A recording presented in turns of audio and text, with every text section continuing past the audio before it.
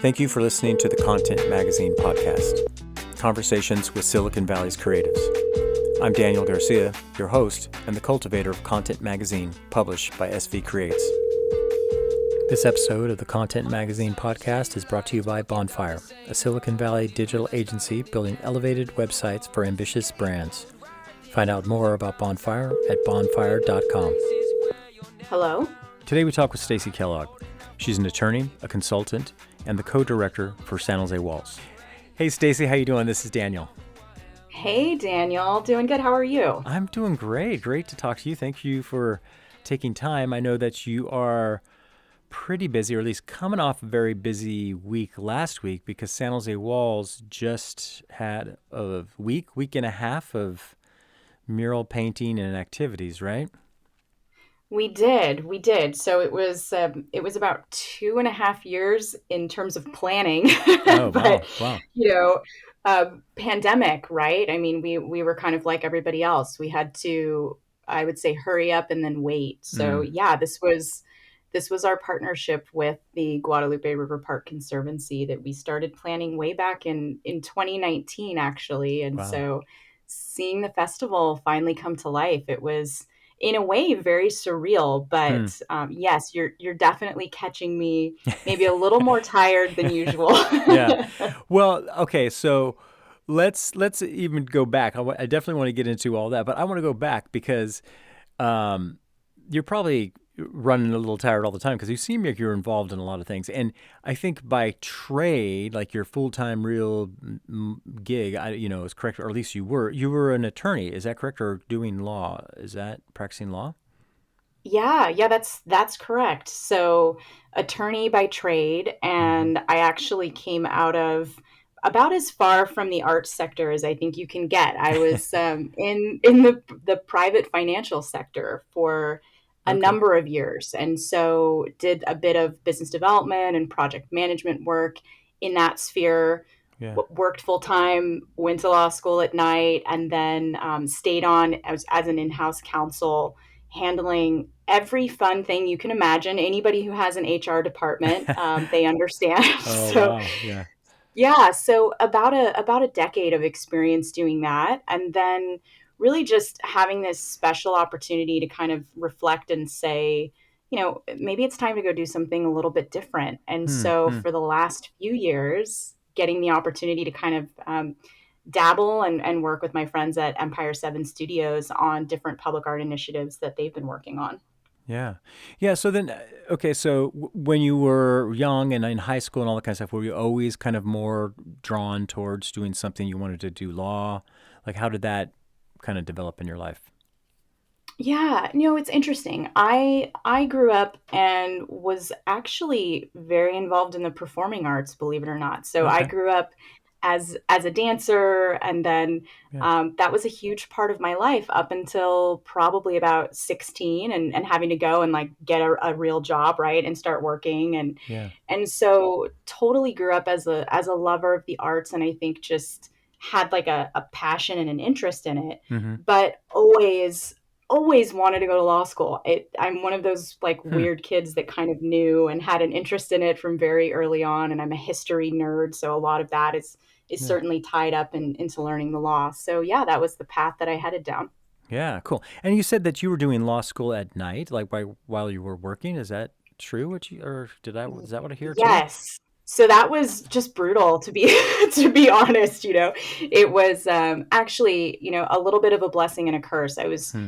fortunate to go to Santa Clara Law School, Yeah. and they have a program where you can actually go part-time. So it takes Yeah. 4 years instead of 3. And I was, in order to be able to afford it and not be drowning in more student loans, I made the decision where I thought, okay, I'm going to work for a period of time Hmm. before I apply to law school, save up some money, help with those costs. And then once I knew that I could actually continue working while doing law school at night, Yeah. financially, it made the most sense for me. Hmm. So I was really lucky to find a program where I could do it here locally. I didn't have to move. I could keep the same job that I had. So Yeah. it was really, really a great situation, but just a lot of work. Yeah, that's really, yeah, that's it's a lot of work. Yeah, that's cool. So then, okay, so then you always kind of had an interest as you're younger in the arts, but now the thing is like you just kind of started showing up on the scene. With definitely with Empire 7, and then back when they were doing Powwow San Jose, right? Or doing Powwow. How did you get involved then with Empire 7 and Juan Carlos and Jen and that? How did that come about? Because now you seem like you're Yeah. kind of really gotten yourself embedded into the art scene, but how did that begin? Yeah. So it actually started years ago. I won't even date myself, but when Jen and Carlos were starting Empire 7, the original like OG Empire 7 Yeah. that was the very first space down on North 7th, we had a lot of mutual friends. Hmm. So for me, I saw them. It was kind of like this underground spot that my friends were having art shows at. And Mm-hmm. so for me, it became a natural place for me to go and kind of enjoy. And at the time, I was really doing a lot of global business development work for the financial firm that I was working at. So I Hmm. was traveling quite a bit. I had an address here, but I often was not living here. So as I bounced around in other cities, I really started to understand, particularly for a period of time when I was working in Philadelphia, just the power that when a city has like a strong arts and Yeah. culture program element to it, Yeah. what it does for a city. And Yeah. being able to kind of spend time in Philly, and I happened to be out there when Espo was working on his Love Letters project, kind of Cool. that series of murals along the train line. Yeah. I just knew if I ever get an opportunity to do that in my hometown, I'm going to jump on it. Yeah. And yeah, and then fast forward a number of years later, Carlos and Jen were losing their space. Yeah. And Carlos is, I think, better than anybody I know at seeking out opportunities to really build community through the arts. Yeah. And so he jumped on it. To his credit, he saw the opportunity to bring what was then Powwow to San Jose. Yeah. And the attorney in me is like, please don't get sued doing that. Thinking out all the legal complexities around it. And then Sure. from there, I was just addicted. I was in. I Awesome. mean, I really, really saw an opportunity to go and help create the type of public art that I love to explore and find in other cities. I really Yeah. wanted to bring that to San Jose. Yeah, that's cool. That's good. So then now, okay, so now there's been a little bit of a transition.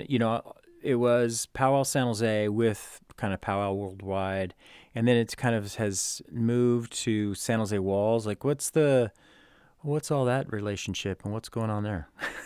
Yeah. Yeah, no, it's a good question. So the entire kind of global organization, right? You had what used to be called Powwow Worldwide, which is now called Worldwide Walls. Hmm. And what I think some folks don't realize is Worldwide Walls is actually this series of kind of independently Yeah. managed festivals that are happening in over 20 cities around the world. And Yeah. so for us, we have kind of our own local independence and leadership. And then we have this global network of other festival leaders that have different considerations and different challenges, right, all over the Mm-hmm. world. And so, for a long time, we had actually been prepared and were planning on moving away from the powwow name Mm-hmm. because of the cultural appropriation and the negative Mm. connotations that it has for Mm-hmm. members in the indigenous community. Yeah. And for us, I think we very much saw that Mm-hmm. and wanted to be respectful. Yeah. And, these are people that we work with and people that we know and love. And we wanted to get that right. Yeah. And it was just time. And I think the global organization landed in a similar place. And so that's why everybody this year is going through that transition. So Okay. some organizations I think are working through that kind of as we speak. But by the end of the year, yeah, we're expecting everybody to be fully transitioned. So Okay. All right. anyone, yeah, so anybody that was previously like, Powwow Long Beach is now Mm-hmm. Long Beach Walls. Okay. Powwow Japan is Japan Walls. So kind of Okay. just an opportunity, I think, for respectful improvement all around. Yeah, that's awesome. That's cool. Yeah, I wasn't sure if it was still, affiliated or what was going on. And I know it's kind of, that's kind of a shared vision. It's like a cohort in a way, but independently, I guess, San Jose, and you guys have some decisions that you can make for your community, but you still kind of network and connect and make sure everything's fine with the international, right? Is that kind of the way it works? Yeah, that's Yeah. absolutely how it works. So each of us basically are doing most of our own curation Yeah. and most of our own fundraising. There's times where we do have kind of global support through sponsorships that we can share that make sense at a global level. But it's really wonderful having those relationships that we're able to build with other cultural leaders really across the globe. Just during this latest festival, we actually had the director who runs SJWalls. He Hmm. came and he visited us Cool. during the festival, and we got to show him around San Jose and kind of what we're doing with trying to build out the art walk. And it's just great being able to influence each other, even through that global connection. Yeah, that's cool. Now, so then the awesome project that you're working on with the Guadalupe Conservatory, how did that kind of come about? What was kind of like the impetus to kind of like get the connection on that? Yeah. So another one of those fun kind of um, past partnerships, So we had worked previously with Jason Sue, who Mm-hmm. at in a past life had worked for the Downtown Association, and both through San Jose Walls and through Empire 7, we had worked together on commissioning various murals downtown. And then Jason had a great opportunity to move and become the executive director for the Conservancy. And so as he made that transition, he immediately kind of reached out and said, "Hey, Yeah. what do you guys think? Like, what is there an opportunity for us to do something in the GRPC?" And so for us, it was really this unique opportunity to Hmm. kind of go what we love to do as a team is we really like to go and create in unexpected places that are Yeah. really say need a little bit of love, Yeah. right? Yeah. And unexpected places and figuring out how do we create uh, maybe a fresher version of that public gathering place and make it just a little bit more special to help people see either what it could be or what it actually is that they just didn't notice before. Yeah. And Yeah. so yeah, the GRPC has presented a really interesting opportunity for us to go and rethink, what can art look like Hmm. in a conservancy that happens to run through the urban core of downtown San Jose. Yeah. Yeah. That's awesome. And then so you had started doing some a couple years ago to paint a few different spots or a couple murals, I believe. So, but how many were just done this past week at the beginning of May? How many different murals were put up? Yes. So we started with three. We had done three kind of up to prior to the festival. Hmm. And then we added nine more Wow. over the last week. So that Yeah. brings us up to 12. We feel like we actually have an art walk now. We were Hmm. kind of joking like when you have three pieces that are relatively close together, is it really a walk? Right. So Yeah. being able Yeah. to being able to spread it out a little bit. Now we actually have kind of expanded the overall footprint Yeah. of our map. So we're all the way kind of on the northern point, right at Coleman Avenue, just across from the Conservancy Visitor Center, and then we go all the way south Mm. to just a little bit south of Wasway, almost at 280. So Yeah. really covering the full trail. Yeah. Is there other space and murals that can go along the river area there, or is this kind of like you have done it all? Yeah, I think that there's a lot of potential that resides Hmm. within the park and the surrounding area. I think for us, one of the things that's really exciting about it is the park actually already has a fantastic public art collection. This was one of the things that I will just Hmm. totally own Yeah. up to not knowing. I Right. mean, there's beautiful pieces really in and around the trail itself. And Yeah. so that was something that we immediately fell in love with because it's an opportunity to highlight beautiful pieces that the city has already invested in and created. Yeah. And I think there remains a lot of opportunity and hopefully beyond murals. I think we're starting with murals because it's what we feel comfortable and know really well in terms of production. And Yeah. creating in the Conservancy is incredibly challenging. I mean, Hmm. it is a very tough place to create. I mean, everything from fires to wildlife to floods, we've had all of it happen over the Hmm. course Oh, of wow. our time working there. So I think we definitely wanted to make sure as we came into it, we were smart about how we activated and did things that we knew we could execute really well. But Yeah. we would love to, I think, continue to explore other mediums. I think there's Hmm. opportunity Hmm. for potentially like lighting or sculpture. There's Yeah. definitely other things we're hoping to continue to explore. Yeah. That whole trail is such a great resource. And they've really, it really is a lot of opportunity there. I mean, there is sections that haven't been able to have upkeep but there's some really cool spots. I remember even, the one with the tiered stairs that's real close to, what street is that? Must be Park or San Carlos, Santa Clara. Anyways, Yeah. what a great spot for like an amphitheater and events and all that kind of stuff. It would really be cool to see that, activated. And I think the murals are really going to help because it's going to it gives it color, it gives it life, it gives it, a freshness. I think that's pretty cool. Yeah.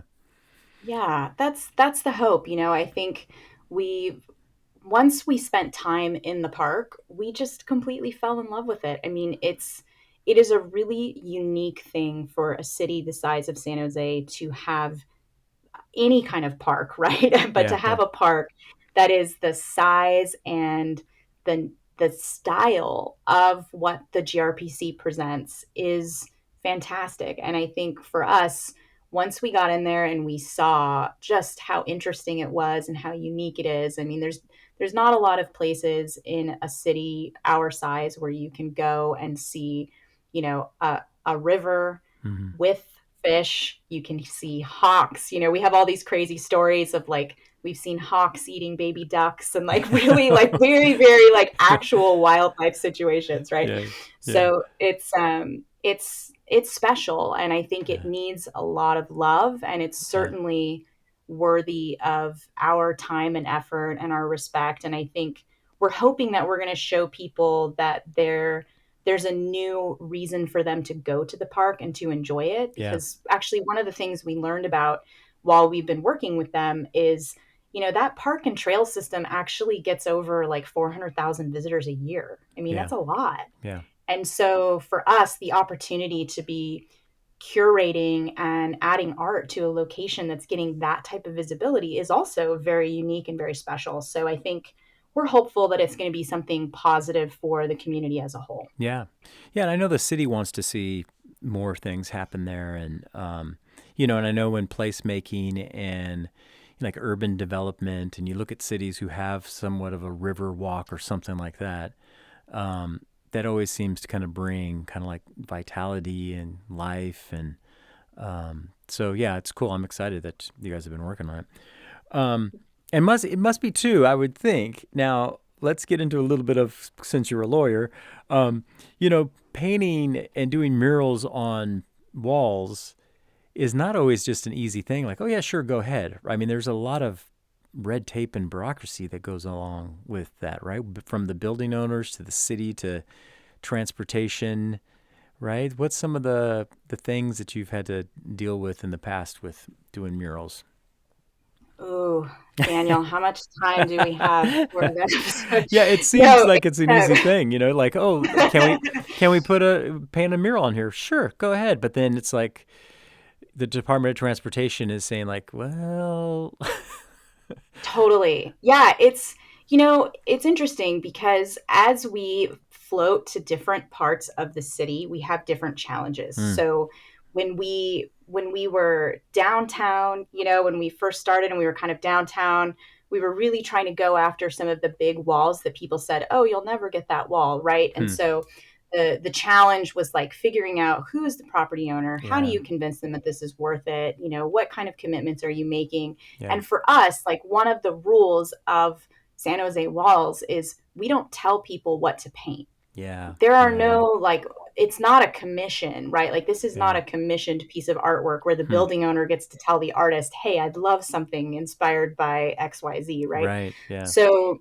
one of the cool parts about it for the artists is like they can paint what they want to paint. You know, we have general rules around like please don't make it Oh. offensive and make our lives, you know, horrible. But in general, the artists are like it's their concept, it's the stories they want to tell. And but in terms of painting on public property, Mm-hmm. we knew it was going to be complicated. We actually avoided it for a number of years Yeah. because from a bandwidth perspective, Sure. there's three of us that do all of this. So it was a little challenging to figure out how can we take on the amount of work that it takes to make it happen. And Yeah. so what we ultimately decided on was let's scale down the number of walls. So instead of doing 20 walls, maybe we do half of that, but we're Mm-hmm. going to do it on public property because we know that this land is not slated for development. You know, a lot of the walls that we've done, particularly downtown,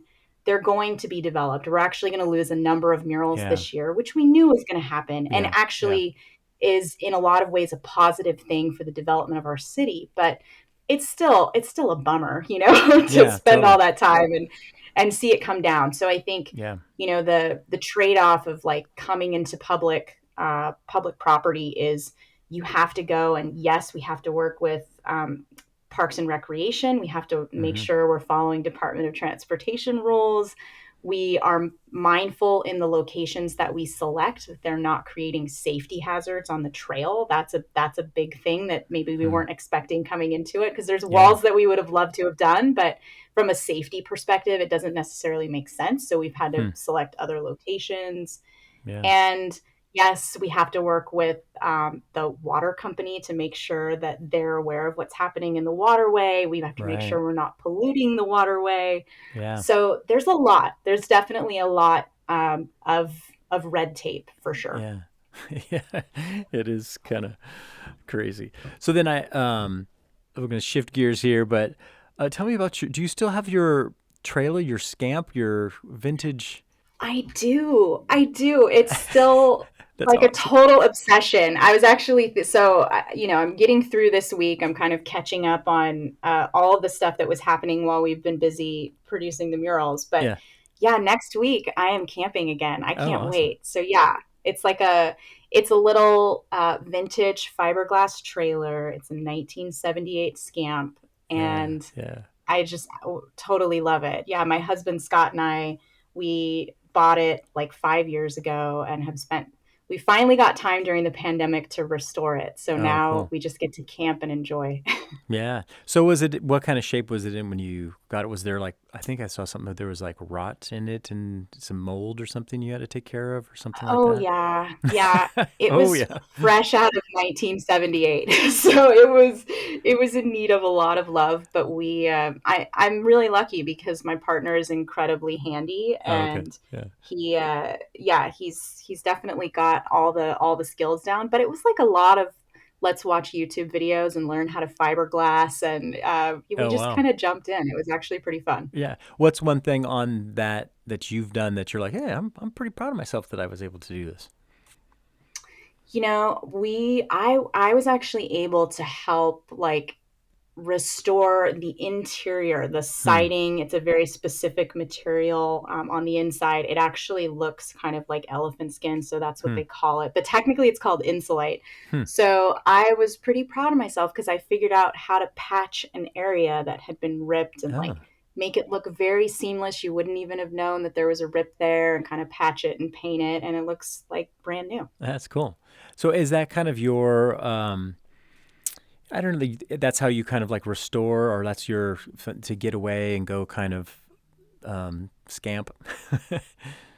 Yeah, yeah, totally. So for us, it was this is actually my 5-year wedding anniversary is Oh. today, Oh, and congratulations. Happy so anniversary. yeah, thanks. So I bring that up because when we decided, you know, what we were going to do instead of a honeymoon, we said, you know what, like we were fortunate we had actually both traveled quite a bit, and Hmm. so we were ready to kind of just be home, truth be told. So Yeah. we thought you know what, like, let's skip a honeymoon. And we bought a trailer instead so Hmm. we could go camping, because we both grew up camping with our families and just loved it. And Yeah. so, yeah, that's like what we do for fun now. It's Yeah. maybe not the most exciting thing, but yeah, we have fun with it. Yeah. No, that's cool. What's one of your favorite places then to camp or to go to? Like, or yeah, one of your Yeah, favorite spots? we love Sunset Beach, like Mm. Watsonville. That's just such a close and easy staple. Yeah.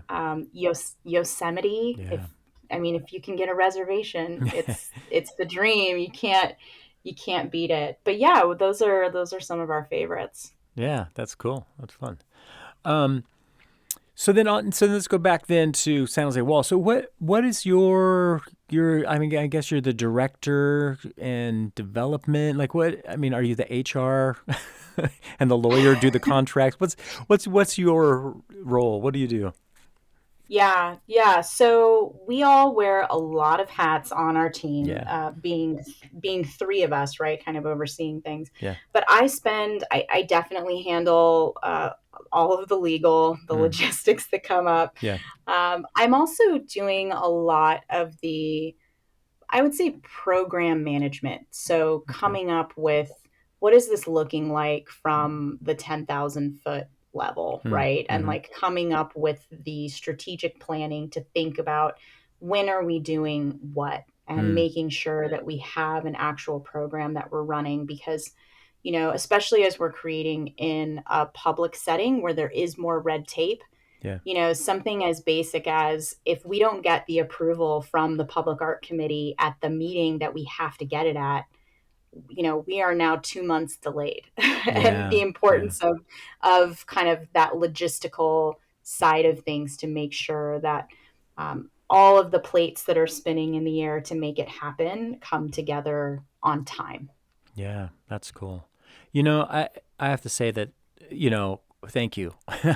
um, People with your skill set and gifts and talents, I really do make art happen. I mean, you know what I mean? Without someone who can think about program, think about budget, think about contracts, you know what I mean? It's for those of us who tend to be just more on like, I want to create side. Without you guys, we would be lost. So I thank you for the whole community. It's great to see like, Well, thank yeah, yeah. No, And I then, was just going to say thank you for saying that, because I think one of the interesting realities of being somebody that's maybe less creative, right? Like, nobody wants me to go and like paint a mural. Trust me, you don't want me doing that.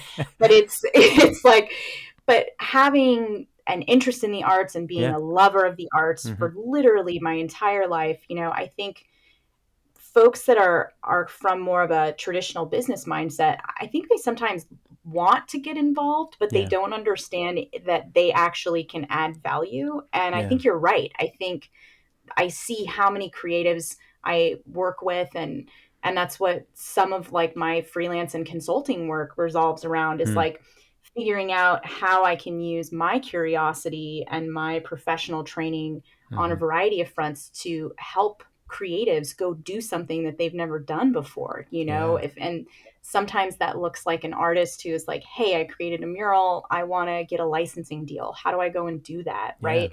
Helping artists think out, you don't have to be a starving artist. I think Right. that's probably the biggest thing that is front of mind for me. Is I look around, and what makes cities and communities interesting and cool, honestly, is like the small businesses, arts and culture, Yeah. great restaurants. And those are Yeah. all people that are creatives, right? That Yeah. need help and support on the business side of things in order to survive. Yeah. And so I think that's really what gives me joy, is figuring out how I can use my skill set to partner with people that have a different skill set Hmm. that creates the things that I love about my city, that I think are really cool about San Jose in particular. Yeah. Yeah. That's cool. I think too, a lot of times, we've even with, SV Creates and, Content Magazine, we've moved away from a lot of times using the word art and artist because we think of it a lot broader in the terms of creativity,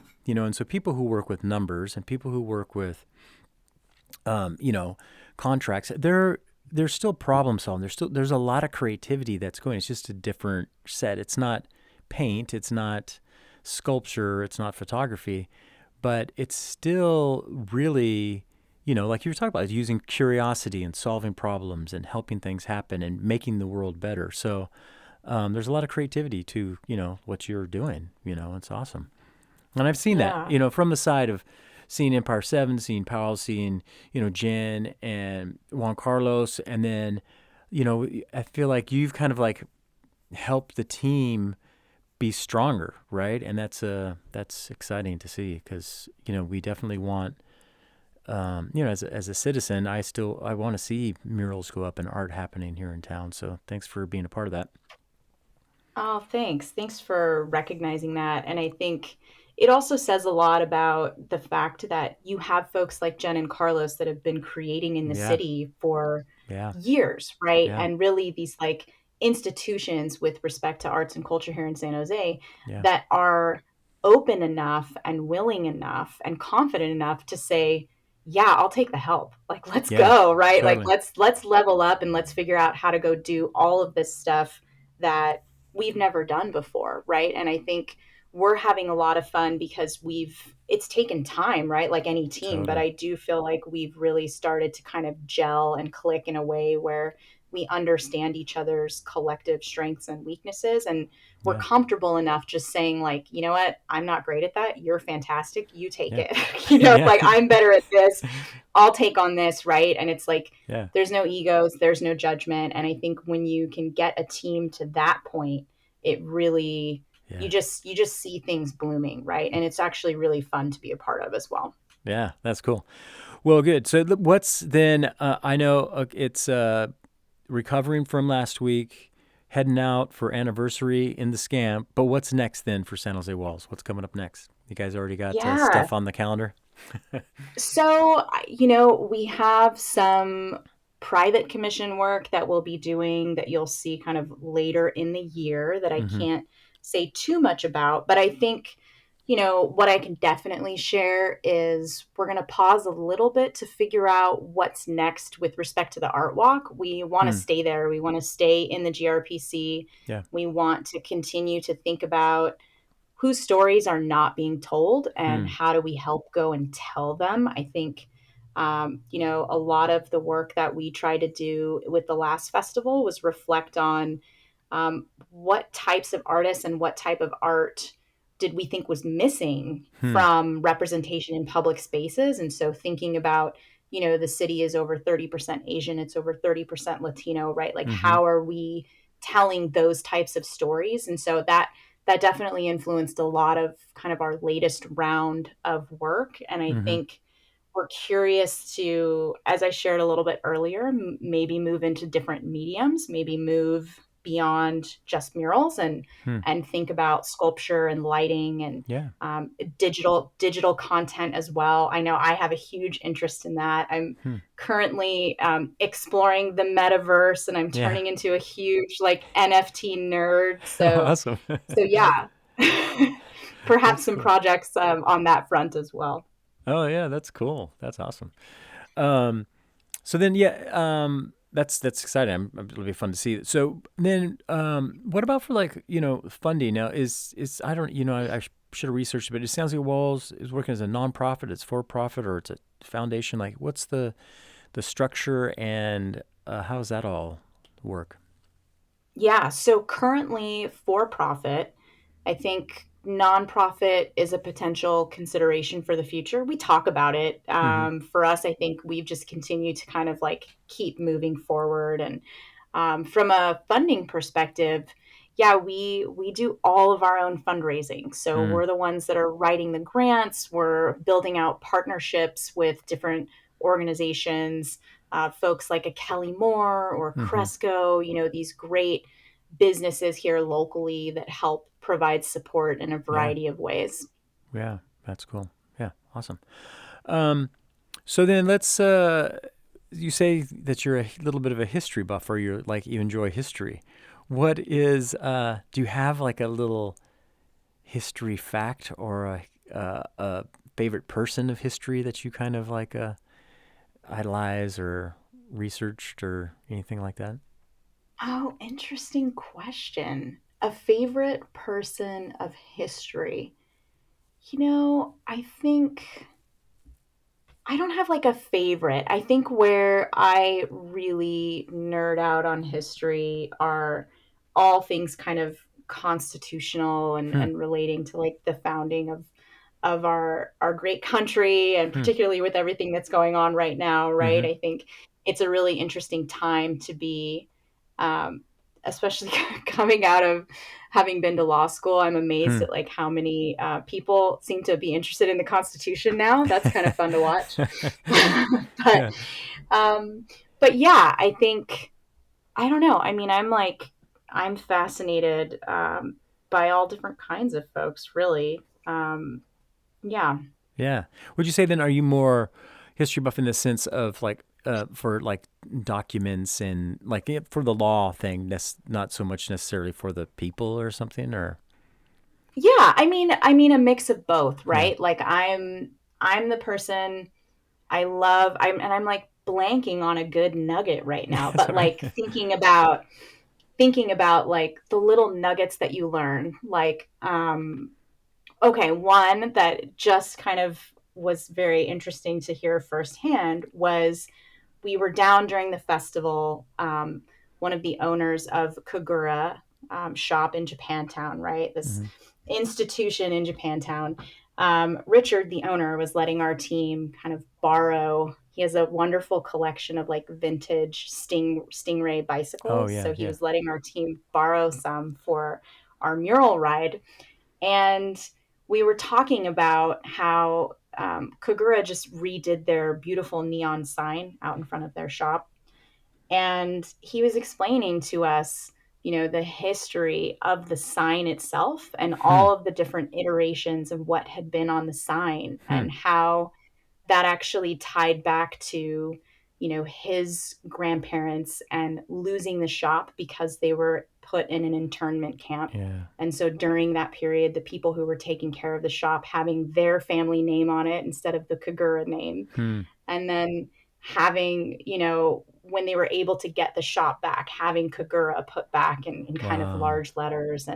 And so I think that kind of stuff I love, like the history of place, I think is particularly interesting. Yeah, that's cool. Yeah, that's interesting. What would you say for you then? What's kind of like your guiding philosophy of life? Like, what kind of your North Star? Hmm.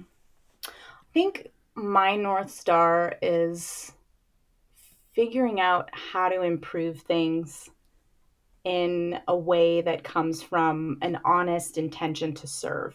Hmm. So I think really trying to think about how can I serve in this moment? Who can I serve in this moment?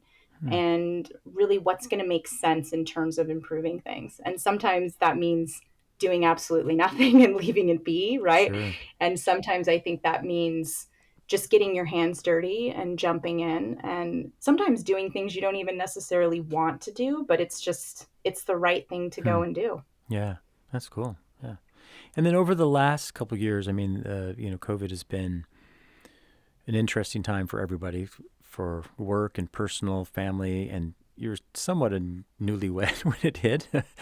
um, what's something that you have kind of learned about yourself in these last couple of years?